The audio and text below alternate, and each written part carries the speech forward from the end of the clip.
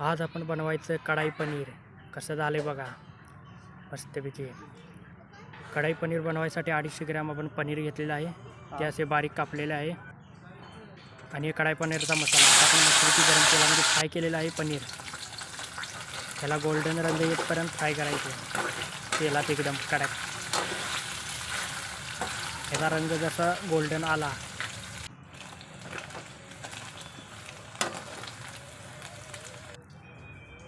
आता हे आपण कांदा कापलेला आहे, कढीपत्ता, टोमॅटो आणि कोथिंबीर. कांदा आपण तेलामध्ये फ्राय करायचा चांगला.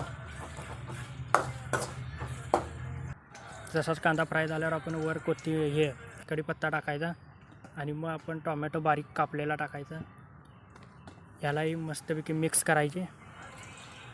वरनं मग तो कढाई पनीरचा मसाला टाकायचा, पाणी जरा ॲड करायचं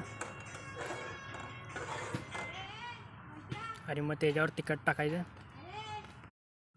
आणि त्याला मस्तपैकी मिक्स करायचे चमच्यान. असा कड आल्यावर वरती धना पावडर टाकायची. ह्याला मस्तपैकी मिक्स करायचे आणि आपण फ्राय केलेले गोल्डन रंगाचे पनीर बघा कसं आहे ते पण टाकायचे या कढईमध्ये आणि मग मस्तपैकी मिक्स करायचे. चवीनुसार मीठ